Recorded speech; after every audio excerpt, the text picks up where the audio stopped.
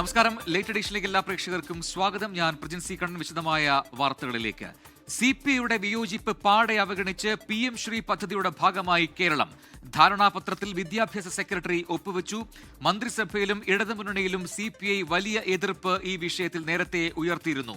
മുന്നണി മര്യാദയുടെ ലംഘനമെന്ന രൂക്ഷ പ്രതികരണവുമായി CPI സംസ്ഥാന സെക്രട്ടറി ബിനോയ് വിശ്വം രംഗത്തെത്തി. നാളെ അടിയന്തര സെക്രട്ടേറിയറ്റ് വിളിച്ച് തുടർ നീക്കങ്ങൾ ചർച്ച ചെയ്യും. MG പ്രതീഷ് തിരുവനന്തപുരത്ത് നിന്ന് ചേരുന്നു കൂടുതൽ വിവരങ്ങളുമായി. പ്രതീഷ്, നിലവിൽ ഈ രീതിയിൽ PM ശ്രീ പദ്ധതിയിൽ കേരളം ഒപ്പുവച്ചിരിക്കുന്നു എന്ന വാർത്ത അത് മുന്നണിയിൽ ചില ഉലച്ചിലുകൾ ഉണ്ടാക്കും എന്ന സൂചനകൾ വരുന്നു. ആ രീതിയിലുള്ള പ്രതികരണമാണ് CPI നിന്നും പ്രാഥമികമായി ഉണ്ടായിരിക്കുന്നത്. വിവരങ്ങൾ. പ്രജിൻ, CPIയുടെ കടുത്ത എതിർപ്പിനെ വകവയ്ക്കാതെയാണ് PM ശ്രീ പദ്ധതിക്ക് കേരളം കൈകൊടുത്തത്. ഈ ഇന്നത്തെ യോഗത്തിൽ CPI സംസ്ഥാന കൗൺസിൽ യോഗത്തിൽ ഉൾപ്പെടെ ഇക്കാര്യത്തിൽ വലിയ എതിർപ്പ് CPI നേതാക്കൾ ഉന്നയിച്ചിരുന്നു. ഒപ്പം ഈ മുഖ്യമന്ത്രിയെ നേരിട്ട് വിയോജിപ്പ് CPI സംസ്ഥാന സെക്രട്ടറി ബിനോയ് വിശ്വം അറിയിക്കുകയും ചെയ്തിരുന്നു. ഈ ഘട്ടത്തിൽ കൂടിയാണ് ഈ PM ശ്രീ പദ്ധതിയുടെ ധാരണാപത്രത്തിൽ സംസ്ഥാന സർക്കാർ ഒപ്പുവച്ചത്. വിദ്യാഭ്യാസ സെക്രട്ടറി യു വാസുകിയാണ് ഈ ധാരണാപത്രത്തിൽ ഒപ്പിട്ടത്. ഇതോടുകൂടി തന്നെ PM ശ്രീ പദ്ധതിയുടെ ഭാഗമായി കേരളവും മാറിയിട്ടുണ്ട്. ഈ പ്രധാനമായും ഈ വിദ്യാഭ്യാസ വകുപ്പ് മുന്നോട്ട് വയ്ക്കുന്നത് കേന്ദ്ര ഫണ്ട് നഷ്ടപ്പെടുന്നു എന്നതാണ് ഇക്കാര്യത്തിൽ മുന്നോട്ട് വയ്ക്കുന്ന നിലപാട്. 1500 കോടിയോളം രൂപ ഈ PM ശ്രീ പദ്ധതിയുടെ ഭാഗമായി കേരളം മാറുന്നതോടുകൂടി സംസ്ഥാനത്തിന് ലഭിക്കുമെന്നതാണ് പ്രതീക്ഷിക്കപ്പെടുന്നത്. അതുകൊണ്ട് തന്നെ ഇത്തരത്തിൽ ഒരു CPIയുടെ എതിർപ്പ് തള്ളിക്കൊണ്ട് തന്നെ ഇതുമായി മുന്നോട്ട് പോവുകയാണ്. ഒരു ബ്ലോക്കിൽ 2 സ്കൂളുകളിലായിരിക്കും PM ശ്രീ പദ്ധതി നടപ്പിലാക്കുക. ഇതുമായി ബന്ധപ്പെട്ട് നാളെ CPIയുടെ നിർണായകമായ തീരുമാനങ്ങൾ ഉണ്ടാകുമെന്നതാണ് പ്രതീക്ഷിക്കപ്പെടുന്നത്. മുന്നണി മര്യാദകൾ പാർട്ടി ലംഘിച്ചു, CPM ലംഘിച്ചു എന്നതാണ് പ്രാഥമികമായി CPI സംസ്ഥാന സെക്രട്ടറി ബിനോയ് വിശ്വം നടത്തിയ പ്രതികരണം. കൂടുതൽ പ്രതികരണങ്ങളിലേക്ക് അദ്ദേഹം മുതിർന്നിട്ടില്ല. നാളെ CPIയുടെ അടിയന്തര സെക്രട്ടേറിയറ്റ് യോഗം ചേരുന്നുണ്ട്. ഇതിനുശേഷമായിരിക്കും ഔദ്യോഗികമായ പ്രതികരണം CPI നേതാക്കളുടെ ഭാഗത്ത് നിന്ന് ഉണ്ടാകുന്നത്. എന്തായാലും ഈ തുടക്കം മുതൽ തന്നെ PM ശ്രീ പദ്ധതിയെ എതിർത്ത പാർട്ടി കൂടിയാണ് CPI. 2022 ഇത് നടപ്പിലാക്കുന്നതിനെതിരെ CPIM ഉൾപ്പെടെ രംഗത്ത് വന്നതാണ്. പക്ഷേ ഏകപക്ഷീയമായ ഒരു നിലപാടിലൂടെ PM ശ്രീ പദ്ധതി കേരളത്തിൽ നടപ്പിലാക്കുമ്പോൾ അത് ഈ ഇടതുമുന്നണിയിൽ തന്നെ വലിയ അഭിപ്രായ വ്യത്യാസങ്ങൾക്ക് കൂടിയാണ് വേദിയാകുന്നത്. MG പ്രതീഷാണ് വിശദാംശങ്ങൾ നൽകിയത് തിരുവനന്തപുരത്ത്. എന്തായാലും വലിയ രീതിയിൽ ചർച്ചയായ ഈ PM ശ്രീ പദ്ധതി എന്താണ്, അതിന്റെ വിശദാംശങ്ങളിലേക്കാണ് നമ്മൾ ഇനി കടക്കുന്നത്. ക്രിസ്ത്യാചര്യൻ തയ്യാറാക്കിയ എക്സ്പ്ലെയിനർ കാണാം. ആദ്യം തന്നെ പദ്ധതി എന്താണെന്ന് നോക്കാം. എന്താണ് PM ശ്രീ പദ്ധതി? 2022 പ്രഖ്യാപിച്ച ദ പ്രധാനമന്ത്രി സ്കൂൾസ് ഫോർ റൈസിംഗ് ഇന്ത്യ സ്കീമാണ് PM ശ്രീ എന്നറിയപ്പെടുന്നത്. രാജ്യത്തെ 14,500 സ്കൂളുകളെ ആധുനിക അടിസ്ഥാന സൗകര്യങ്ങളുള്ള മോഡൽ സ്കൂളുകളാക്കി മാറ്റാനാണ് PM ശ്രീ വിഭാവനം ചെയ്യുന്നത്. എന്തിനാണ് പദ്ധതി? ദേശീയ വിദ്യാഭ്യാസ നയത്തിന്റെ ഭാഗമായി ഓരോ കുട്ടിയുടെയും വിദ്യാഭ്യാസ അവകാശങ്ങൾ സംരക്ഷിക്കാനാണ് PM ശ്രീ പദ്ധതി എന്നാണ് കേന്ദ്ര സർക്കാർ പറയുന്നത്. ഇതിനായി ഓരോ ബ്ലോക്കിലും 2 സ്കൂളുകൾ വീതം തെരഞ്ഞെടുത്ത് അടിസ്ഥാന സൗകര്യങ്ങൾ വികസിപ്പിക്കാൻ ധനസഹായം നൽകും. എന്തൊക്കെയായിരിക്കും PM ശ്രീ സ്കൂളുകളുടെ പ്രത്യേകത? ലാബും ലൈബ്രറിയും ആർട്ട് റൂമും ഉൾപ്പെടെ ആധുനിക അടിസ്ഥാന സൗകര്യങ്ങൾ, സ്മാർട്ട് ക്ലാസ് റൂമുകളും ഡിജിറ്റൽ പഠനോപകരണങ്ങളും, കളിയിലൂടെ പഠനം രസകരമാക്കാൻ ചെറിയ ക്ലാസുകളിൽ ലളിതമായ പഠന രീതികൾ, മികച്ച നിലവാരം ഉറപ്പാക്കുന്നതിനായി സ്ഥിരമായ ഗുണനിലവാര പരിശോധനകൾ, സുസ്ഥിര ഹരിത സ്കൂളുകൾ. പരിസ്ഥിതി സൗഹൃദമായ സ്കൂളുകളായിരിക്കും പദ്ധതിയുടെ ഭാഗമായി വരുന്നത്. സോളാർ പാനലുകളും LED ലൈറ്റുകളും മാലിന്യ സംസ്കരണ സൗകര്യങ്ങളും മഴവെള്ള സംഭരണിയും ഒക്കെ സ്കൂളുകളിൽ സജ്ജമാക്കും. എല്ലാ സാമൂഹ്യ വിഭാഗങ്ങളെയും ഉൾച്ചേർത്തുകൊണ്ടുള്ള അധ്യയനം, ആധുനിക അധ്യയന രീതികളിൽ അധ്യാപകർക്ക് പരിശീലനം, വിദ്യാർത്ഥികൾ സ്കൂളിൽ ചേരുന്നത് മുതൽ അവരുടെ പഠനം ട്രാക്ക് ചെയ്യുന്നതിനായി സ്റ്റുഡന്റ് രജിസ്ട്രി. തത്ത പറയും പോലെ കാണാതെ പഠിച്ചുള്ള പഠനശൈലി അവസാനിപ്പിച്ച് അനുഭവങ്ങളിലൂടെയും പ്രായോഗിക പരിശീലനത്തിന്റെ അടിസ്ഥാനത്തിലുമുള്ള പഠനം. എങ്ങനെയാണ് സ്കൂളുകൾ തെരഞ്ഞെടുക്കുന്നത്? പ്രകടനത്തിലെ മികവിന്റെ അടിസ്ഥാനത്തിൽ സ്കൂളുകൾക്ക് അപേക്ഷിക്കാം. നിരവധി മത്സരാധിഷ്ഠിത റൗണ്ടുകളിലൂടെയാണ് സെലക്ഷൻ. ദേശീയ വിദ്യാഭ്യാസ നയം നടപ്പാക്കുമെന്ന് ഉറപ്പു നൽകി കേന്ദ്രവുമായി ധാരണാപത്രം ഒപ്പുവെച്ച സംസ്ഥാനങ്ങളിലെയും കേന്ദ്ര ഭരണ പ്രദേശങ്ങളിലെയും സ്കൂളുകൾക്കും കോളേജുകൾക്കും അപേക്ഷിക്കാം. എത്രയാണ് പദ്ധതി ചെലവ്? 2022 മുതൽ 5 വർഷ കാലയളവിലേക്ക് 27,360 കോടി രൂപ. ഇനി കേന്ദ്ര സംസ്ഥാന പങ്കാളിത്തം എങ്ങനെയാണ്? പദ്ധതിയുടെ മൊത്തം ചെലവിൽ 18,128 കോടി രൂപയാണ് കേന്ദ്രവിഹിതം. അതായത് ചെലവിന്റെ 60% കേന്ദ്രവും 40% സംസ്ഥാനവും ചെലവാക്കുന്ന രീതിയിലാണ് പദ്ധതി വിഭാവനം ചെയ്തിരിക്കുന്നത്. ഇത് വടക്കു കിഴക്കൻ സംസ്ഥാനങ്ങളിലും ഹിമാലയൻ സംസ്ഥാനങ്ങളിലും കേന്ദ്രം 90%, സംസ്ഥാനം 10% എന്ന അനുപാതത്തിലായിരിക്കും. ദേശീയ വിദ്യാഭ്യാസ നയവുമായി ഇതെങ്ങനെ ചേർന്നു പോകും? വിവിധ ഭാഷകളിലെ പഠനം, സമഗ്ര വിദ്യാഭ്യാസ സമീപനം എന്നീ ദേശീയ വിദ്യാഭ്യാസ നയത്തിലെ വ്യവസ്ഥകൾ PM ശ്രീയിലൂടെ നടപ്പാക്കും. ധാരണാപത്രം ഒപ്പുവെക്കാത്ത സംസ്ഥാനങ്ങൾ ഏതൊക്കെ?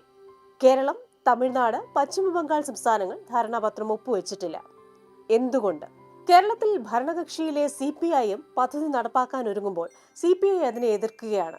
കേന്ദ്രത്തിന്റെ രാഷ്ട്രീയ അജണ്ട കേരളത്തിൽ നടപ്പാക്കാൻ ശ്രമിക്കുന്നതെന്നാണ് CPI പറയുന്നത്. എന്നാൽ കുട്ടികൾക്ക് കിട്ടാനുള്ളത് കിട്ടട്ടെ എന്ന് വിദ്യാഭ്യാസ മന്ത്രി V ശിവൻകുട്ടി പറയുന്നു. ഭരണപക്ഷത്ത് തന്നെ 2 അഭിപ്രായങ്ങൾ വന്നതിനാൽ കേരളത്തിലെ പദ്ധതി നടത്തിപ്പ് ചോദ്യചിഹ്നമായി നിൽക്കുകയാണ്. മറ്റു റിപ്പോർട്ടുകളിലേക്ക്. ശബരിമല സ്വർണ്ണക്കൊള്ളയിൽ ഉന്നത ദേവസ്വം ബോർഡ് ഉദ്യോഗസ്ഥൻ മുരാരി ബാബു റിമാൻഡിലായി. 14 ദിവസത്തേക്കാണ് റിമാൻഡ്. മുരാരി ബാബു സ്വർണ്ണപ്പാളികളെ ചെമ്പുപാളികൾ എന്ന് മനഃപൂർവ്വം രേഖപ്പെടുത്തിയെന്ന് റിമാൻഡ് റിപ്പോർട്ടിൽ പറയുന്നു. തട്ടിപ്പിനായി ഉണ്ണികൃഷ്ണൻ പോറ്റിക്കൊപ്പം ഗൂഢാലോചന നടത്തി എന്നും SIT കോടതിയിൽ വ്യക്തമാക്കി. റിമാൻഡ് റിപ്പോർട്ടിന്റെ പകർപ്പ് 24-ന് ലഭിച്ചു. കോടതി സമയം കഴിഞ്ഞ് ഏറെ വൈകിയാണ് മുരാരി ബാബുവുമായി അന്വേഷണ സംഘം റാന്നി ജുഡീഷ്യൽ 1ാം ക്ലാസ് മജിസ്ട്രേറ്റ് കോടതിയിലെത്തിയത്. പ്രത്യേക അന്വേഷണ സംഘത്തിനായി കാത്തിരുന്ന ജഡ്ജി അടച്ചിട്ട മുറിയിൽ കേസ് കേട്ടു.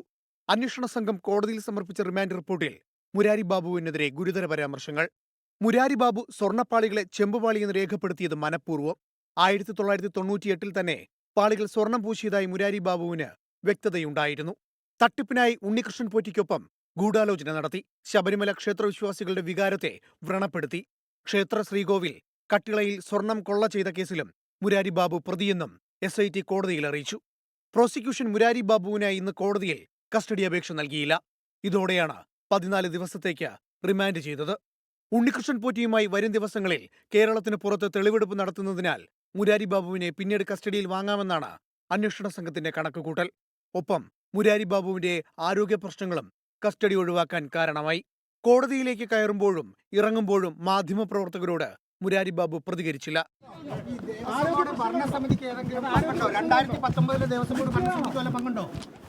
അന്വേഷണം മുരാരി ബാബുവിൽ ഒതുങ്ങില്ലെന്ന് പ്രതിപക്ഷം. അന്നത്തെ ദേവസ്വം മന്ത്രിയെ കൂടി പ്രതിയാക്കണമെന്നാണ് ഞങ്ങളുടെ ആവശ്യം. കാരണം ഉണ്ണികൃഷ്ണൻ പോറ്റിയുടെ നേതൃത്വത്തിൽ നടന്ന ഈ ഗൂഢാലോചനയിൽ, അയ്യപ്പൻ്റെ സ്വർണം കവർച്ച ചെയ്ത കേസിൽ ഈ ഗൂഢാലോചനയിൽ എല്ലാവരും പങ്കാളികളാണ്. യഥാർത്ഥ ഉത്തരവാദികൾ ഇപ്പോഴും പുറത്താണെന്ന് BJPയും പ്രതികരിച്ചു. ശബരിമലയിലെ സ്വർണ്ണക്കൊള്ളയെ സംബന്ധിച്ച് യഥാർത്ഥ ഉത്തരവാദികളായിട്ടുള്ള ആളുകൾ, ആ ആളുകൾ ഇപ്പോഴും പുറത്തു നിൽക്കുകയാണ്. 24 പത്തനംതിട്ട. മലപ്പുറം നിലമ്പൂർ പൂക്കോട്ടുംപാടത്ത് വൈദ്യുത കമ്പി ദേഹത്തേക്ക് പൊട്ടിവീണ് ഷോക്കേറ്റ് ഹോട്ടൽ തൊഴിലാളി മരിച്ചു. ഉപ്പുവള്ളി പടിഞ്ഞാറെ വീട്ടിൽ ചന്ദ്രനാണ് മരിച്ചത്.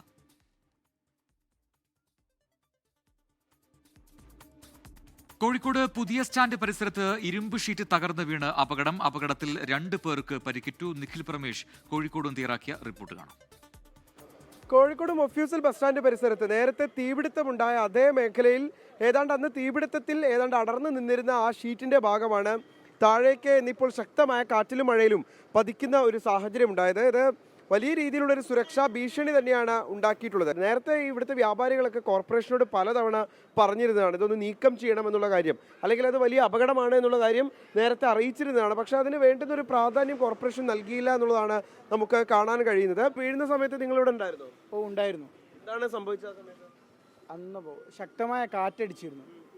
അന്നപ്പോൾ പെട്ടെന്ന് വീഴുകയായിരുന്നു. അന്നപ്പോൾ ഇവിടെ ഫുള്ള് മഴ ആയതുകൊണ്ട് ഇവിടെ ഓവറായിട്ട് ആളുകളൊന്നും ഇല്ലായിരുന്നു. അതിനെക്കൊണ്ട് അത്രയും ജീവന് രക്ഷപ്പെട്ട് 6 മാസത്തോളമായി ഇത് കറക്റ്റ് കത്തിയിട്ട് ഇത് ക്ലിയർ ചെയ്യാൻ വേണ്ടിയിട്ട് ഞങ്ങൾ പല ആൾക്കാരെയും കണ്ട് ഇതുവരെയായിട്ട് ഒരു നടപടി പോലും പോലെ ഭാഗത്ത്. നേരത്തെ നമ്മൾ പൊതുജനം സെഗ്മെന്റിലേക്ക് ഒരു വാർത്ത ഇവിടുന്ന് കവർ ചെയ്തപ്പോൾ ഇവിടുത്തെ വ്യാപാരികൾ അത് ആവശ്യപ്പെട്ടിരുന്നതാണ്. നിങ്ങൾ നിരന്തരം കോർപ്പറേഷനോട് കാര്യം പറഞ്ഞിരുന്നല്ലേ? ഉണ്ട്. എന്താണ് കിട്ടിയ മറുപടി? ഇത് കോർപ്പറേഷൻ വേറെ ആൾക്ക് കൊടുത്തേക്ക്, ഇത് പിന്നെ കരാറ് കൊടുത്തേക്കല്ലോ ഇത് പൊളിച്ചു മാറ്റാൻ. ഓലെ കാലതാമസാന്ന് ഇത്. നിനക്ക് എങ്ങനെ സപ്പോർട്ടുകൾക്ക് ആദ്യം മുറിച്ചു കൊണ്ടുപോയിക്ക്, അതുകൊണ്ട് അതിങ്ങനെ നിന്നത് കൊണ്ട്, സപ്പോർട്ട് ഇല്ലാത്തത് കൊണ്ട് ഒന്നായിട്ട് മറിഞ്ഞു വീണതാ. എന്തായാലും കോർപ്പറേഷൻ്റെ ഒരു അനാസ്ഥയാണ് ഈ ഒരു വലിയ അപകടത്തിലേക്ക് നയിച്ച സാഹചര്യം ഉണ്ടാക്കിയത് എന്നുള്ളത് നമുക്ക് അക്ഷരാർത്ഥത്തിൽ പറയാൻ കഴിയും. 2 പേർക്കാണ്, 2 പോർട്ടർമാർക്കാണ് ഇപ്പോൾ പരിക്കേറ്റിട്ടുള്ളത്. അവരെ കോഴിക്കോട് മെഡിക്കൽ കോളേജ് ആശുപത്രിയിൽ പ്രവേശിപ്പിച്ചിരിക്കുകയാണ്. കോഴിക്കോട് നിഖിൽ പരമേഷ് തയ്യാറാക്കിയ റിപ്പോർട്ടാണ് കണ്ടത്. വിദ്യാഭ്യാസമുള്ള വിദ്യാഭ്യാസ മന്ത്രി വേണമെന്ന പരാമർശത്തിൽ കേന്ദ്രമന്ത്രി സുരേഷ് ഗോപിക്ക് മറുപടിയുമായി മന്ത്രി വി ശിവൻകുട്ടി. കേന്ദ്ര വിദ്യാഭ്യാസ മന്ത്രിയെക്കുറിച്ച് ആയിരിക്കും പറഞ്ഞത് എന്നായിരുന്നു പരിഹാസം. കലുങ്കിസമാണ് നടക്കുന്നതെന്നും പാവപ്പെട്ടവൻ പരാതിയുമായി വന്നാൽ അടിച്ചോടിക്കുകയാണെന്നും മന്ത്രി വി ശിവൻകുട്ടി പറഞ്ഞു. എനിക്ക് അദ്ദേഹം കേന്ദ്ര വിദ്യാഭ്യാസ മന്ത്രി അല്ല, കേന്ദ്ര മന്ത്രിയാണല്ലോ. അയാൾക്ക് സംസ്ഥാനത്തിന്റെ ആളിനെ പറ്റി പറയാനുള്ള അധികാരമില്ലല്ലോ. കേന്ദ്ര വിദ്യാഭ്യാസ മന്ത്രി ധർമ്മേന്ദ്ര പ്രധാനെ പറ്റിയായിരിക്കും അയാൾ പറഞ്ഞിട്ടുണ്ട്. മുൻപ് പറയുന്ന പോലെ അയാൾ വാ തുറക്കുന്നത് ഭക്ഷണം കഴിക്കാനും കള്ളത്തരം പറയാനും വേണ്ടി മാത്രമാണ്. ഈ പഴയ കാലത്ത് സിനിമയിലൊക്കെ പ്രണയ കഥയെല്ലാം ഷൂട്ട് ചെയ്യുന്നത് കലിങ്കിൻ്റെ നായകൻ ഇരുന്ന് അങ്ങനെയൊക്കെയാണല്ലോ. അപ്പോൾ സിനിമാ ശൈലിയിൽ ഇപ്പോൾ കലിങ്കിൻ്റെ അടുത്ത് കലിങ്കിസമാണ് പുതിയ സിദ്ധാന്തം സുരേഷ് ഗോപിയുടെ. ഇയാൾ കഴിഞ്ഞ മന്ത്രിയായിട്ട് ഇത്രയും കേന്ദ്ര മന്ത്രിയായിട്ട് ഇത്രയും ദിവസമായല്ലോ.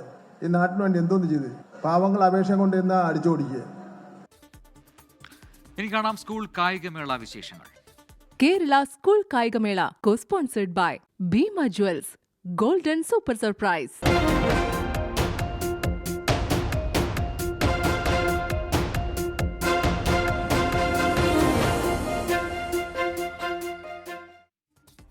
കേരള സ്കൂൾ കായികമേളയിൽ ജെ നിവേദ് കൃഷ്ണയും ആദിത്യാജിയും വേഗതാരങ്ങൾ. 3.5 പതിറ്റാണ്ടിലധികം പഴക്കമുള്ള 2 മീറ്റർ റെക്കോർഡുകളും 100 മീറ്ററിൽ തകർക്കപ്പെട്ടു. അത്ലറ്റിക്സിൽ പാലക്കാടിന്റെയും ഓവറോൾ ചാമ്പ്യൻഷിപ്പിൽ തിരുവനന്തപുരത്തിന്റെയും കുതിപ്പ് തുടരുകയാണ്. മത്സരത്തിന് തുടക്കമായിരിക്കുകയാണ്.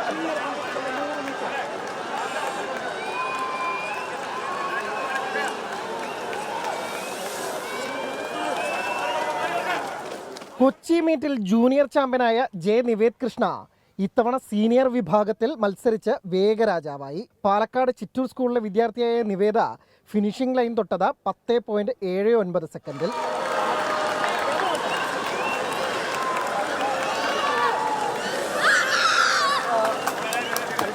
മലപ്പുറം തിരുനാവായ നാവാമുകുന്ദ സ്കൂളിലെ ആദിത്യ അജിയാണ് വേഗറാണി. സീനിയർ പെൺകുട്ടികളുടെ വിഭാഗത്തിൽ ആദിത്യ ഓടിയെത്തിയത് 12.11 സെക്കൻഡിൽ. വളരെ സന്തോഷമുണ്ട്.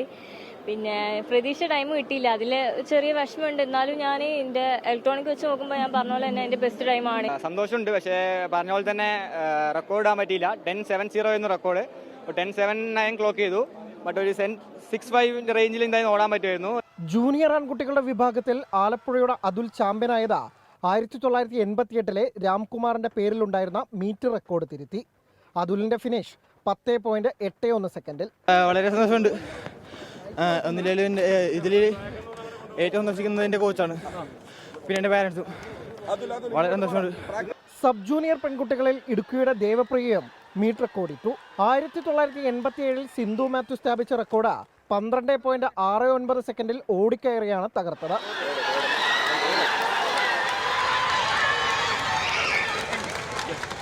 ജൂനിയർ ഗേൾസിൽ കോഴിക്കോടിന്റെ ദേവനന്ദയും സബ് ജൂനിയർ ബോയ്സിൽ സഞ്ജയും സ്വർണം നേടി. 3000 മീറ്ററിലെ 4 എണ്ണമടക്കം 5 സ്വർണത്തോടെ പാലക്കാട് അത്ലറ്റിക്സിൽ ബഹുദൂരം മുന്നിലാണ്. ഗെയിംസിലെയും അക്വാട്ടിക്സിലെയും കരുത്തിൽ ഓവറോൾ ചാമ്പ്യൻഷിപ്പിൽ തിരുവനന്തപുരം 1000 പോയിന്റിലേക്ക് കുതിക്കുകയാണ്. കേരള സ്കൂൾ കായികമേള വേദിയിൽ നിന്ന് ടീം 24. തൃശൂർ അതിരപ്പള്ളിയിൽ വീണ്ടും കാട്ടാനയെ പ്രകോപിപ്പിച്ച് ബൈക്ക് യാത്രികർ. പോത്തുപാറ ഉന്നതിക്ക് സമീപം തമിഴ്നാട് സ്വദേശികളാണ് ആനയെ പ്രകോപിപ്പിച്ചത്. ദൃശ്യങ്ങൾ 24 ലഭിച്ചു. അതിലേക്ക് ആദ്യം.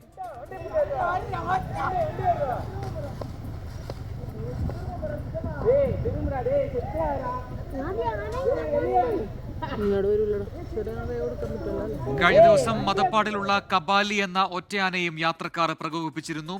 സൂരജ് സജി തൃശൂരിൽ നിന്ന് ചേരുന്നു കൂടുതൽ വിവരങ്ങളുമായി. സൂരജ്, ഇതിപ്പോൾ ആവർത്തിക്കപ്പെടുകയാണ് ഇത്തരം സംഭവങ്ങൾ. കബാലിയെ പ്രകോപിപ്പിച്ച വാർത്ത നമ്മൾ നേരത്തെ പ്രേക്ഷകരിലേക്ക് എത്തിച്ചതാണ്. ഇതിപ്പോൾ മറ്റൊരു സംഭവം സമാനമായ രീതിയിൽ, അതോടും കുറച്ചുകൂടി അടുത്താണെന്ന് തോന്നുന്നു ഈ ആന ഉണ്ടായത് എന്ന് തോന്നുന്നു.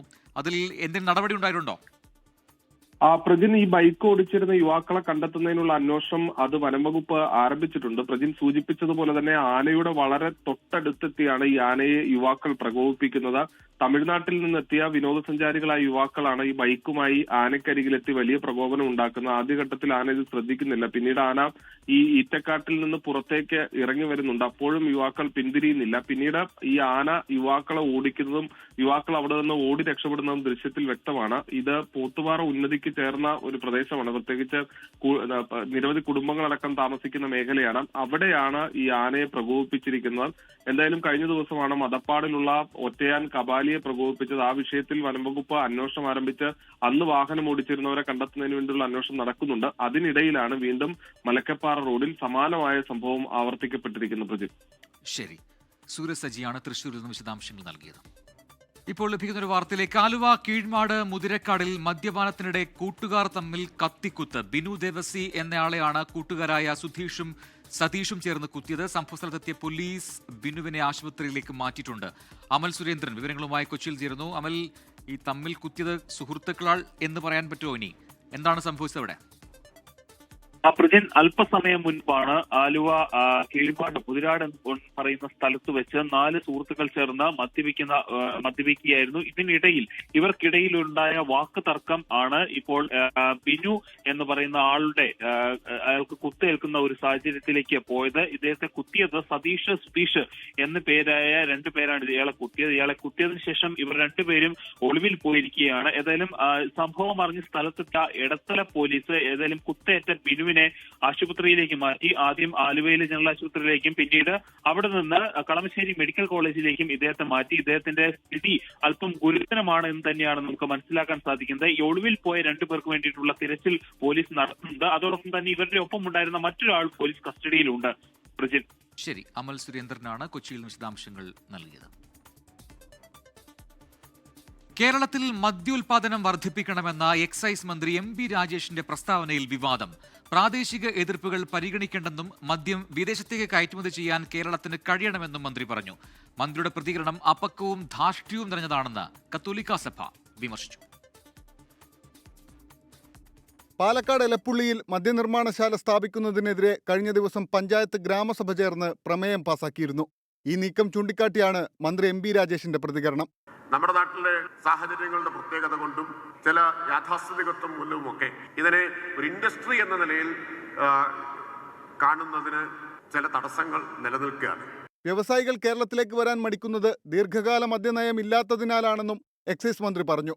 മന്ത്രിയുടെ നിലപാടിനെതിരെ KCBC മദ്യവിരുദ്ധ സമിതി രംഗത്തെത്തി. പ്രതികരണം അപക്വവും ധാർഷ്ട്യം നിറഞ്ഞതുമെന്നാണ് വിമർശനം. ടൂറിസ്റ്റുകൾ കേരളത്തിലേക്ക് വരുന്നത് കേരള മദ്യം കഴിക്കാനല്ല. പാലക്കാട്ടെ ബ്രൂവറി സർക്കാരിന്റെ വ്യാമോഹം മാത്രമാണെന്നും KCBC മദ്യവിരുദ്ധ സമിതി പ്രസ്താവനയിൽ പറഞ്ഞു. 24 പാലക്കാട്. രാഷ്ട്രപതി ദ്രൗപദി മുർമുവിന്റെ കേരള സന്ദർശനം തുടരുന്നു. വർക്കല ശിവഗിരിയിൽ ശ്രീനാരായണ ഗുരു സമാധിയുടെ ശതാബ്ദി ആചരണം രാഷ്ട്രപതി ഉദ്ഘാടനം ചെയ്തു. രാവിലെ രാജ്ഭവനിൽ മുൻ രാഷ്ട്രപതി KR നാരായണന്റെ പ്രതിമ രാഷ്ട്രപതി അനാച്ഛാദനം ചെയ്തു. Through his teaching of Jati Bhedam Moto Desham Edumilla de Sorbaru, he proclaimed that world is a model about where all live in brotherhood without any distinction of caste and faith. ശിവഗിരിയിൽ ശ്രീനാരായണ ഗുരുദേവ സമാധി ശതാബ്ദി ആചരണത്തിന്റെ 3 വർഷം നീണ്ടു നിൽക്കുന്ന പരിപാടികൾ രാഷ്ട്രപതി ദ്രൗപദി മുർമു ഉദ്ഘാടനം ചെയ്തു. മാനവികതയുടെ തത്വമാണ് ഗുരു പഠിപ്പിച്ചതെന്ന രാഷ്ട്രപതി ശിവഗിരിയിലേക്കുള്ള യാത്രയിൽ വഴിയിൽ കാത്തുനിന്ന വർക്കല GHSSലെ വിദ്യാർത്ഥികളുടെ അടുക്കലേക്ക് രാഷ്ട്രപതി എത്തി. സ്കൂളിൽ വിരിഞ്ഞ 1000 പൂക്കൾ കൊണ്ട് രാഷ്ട്രപതിയെ വരവേറ്റ് വിദ്യാർത്ഥികൾ.